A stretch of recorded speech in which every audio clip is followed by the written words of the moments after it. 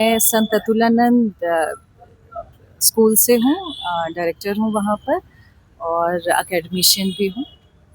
Mental health पहले तो शुक्रिया आपका। ये जो मेंटल हेल्थ कॉन्फ्रेंस हो रही है बीएचयू में, बहुत ही मीनिंगफुल कॉन्फ्रेंस है and we are so happy to be participating in this.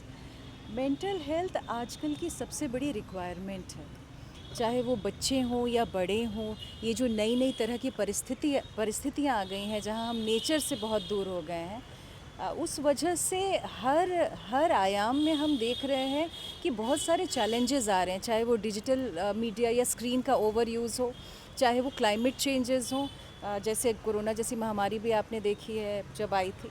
तो हर हर हर जगह हम देख रहे हैं कि मेंटल हेल्थ इश्यूज़ आ रहे हैं, और उनको जितना ज़्यादा हम लोग एक थीम बना के, एक हम रिवोल्यूशन बना के, मूवमेंट बना के हम एड्रेस करेंगे, उतना ज़्यादा हमारी भावी पीढ़ियों को और हम सबको फ़ायदा होगा। तो ये चीज़ बहुत ज़रूरी है। इवन पूरा जो हमारे ओल्ड एज के लोग हैं, उनके लिए भी, क्योंकि परिवार छोटे हो गए हैं। तो ये तो बहुत ज़रूरी चीज़ है, ये आप भी जानते हैं, हम भी जानते हैं। मैम, आज बच्चे जो हैं मोबाइल यूज़ कर रहे हैं और कट कट के जी रहे हैं, परिवार से अलग अलग एकांत में जी रहे हैं, उनके लिए क्या कहेंगे? उनके लिए यही कहूँगी कि जो हमारी बाहर की भी कंट्रीज़ हैं, फ़िनलैंड है, आपके फ्रांस हैं, वहाँ पे भी डिजिटल यूज़ पे प्रतिबंध लग गया है कि भाई इतने वर्ष के बच्चे नहीं देख सकते, और जो बाकी बच्चे हैं वो इतने घंटे का देख सकते हैं। तो भारत में भी इस तरह के कड़े नियम आने चाहिए अगर हम लोग को अपनी भावी पीढ़ियों को बचाना है तो। मैम, एज ए सीनियर आपको भी बधाई हो मैम। जानना चाहता हूँ कि कहाँ गलती हो गई, इस सोसाइटी में कहाँ गलती हो गई कि हमें इस तरीके की स्थिति देखने को मिल रही है, खासकर मेंटल कंडीशन। बहुत बहुत धन्यवाद। मैम ने बहुत अच्छे से अपनी बात रखी और बहुत अच्छा प्रश्न आपने उठाया है कि देखिए, जो आप गलती की बात कर रहे हैं, गलतियां कभी होती नहीं हैं।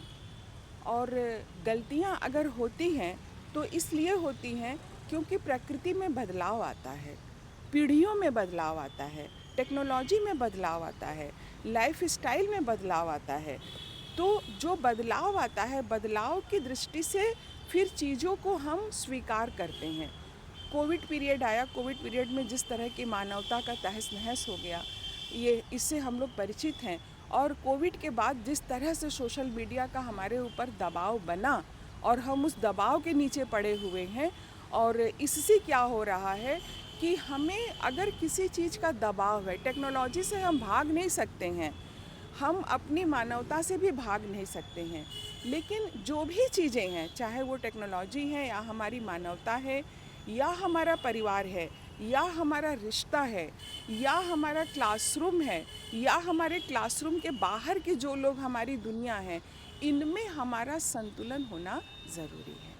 और यह संतुलन भारत के पास है, और यह संतुलन हमें देगा हमारा ज्ञान, विज्ञान और विशेष रूप से हमारा आध्यात्म देगा। तो हमें संतुलन लाना है। हमें दोष देने से या किसी चीज़ को हम बार बार उसको कहें कि नहीं ये सही करना है, नहीं, बस हमें उठना है और काम में लग जाना है। अगर हमारे बच्चे, हमारे स्टूडेंट्स, हमारा परिवार का हम बच्चों को दोष देते हैं, हम ये भूल जाते हैं कि हम बड़े लोग जो हमारे परिवार में हैं, हम अपने बच्चों को कितना समय दे रहे हैं, हमारे बुज़ुर्ग हमारे बच्चों को कितना समय दे रहे हैं। क्या हमारे आउटडोर गेम या हमारे बच्चों के साथ जो बातचीत होती थी, हमारी बहुओं से बात होती थी, बेटियों से बात होती थी, हमारे परिवार के तमाम रिश्तेदार होते थे, हमारी बुआ होती थी, फूफा होते थे, क्या हमारी बात उनसे होती है? क्या हम उनसे जाकर मिलते हैं?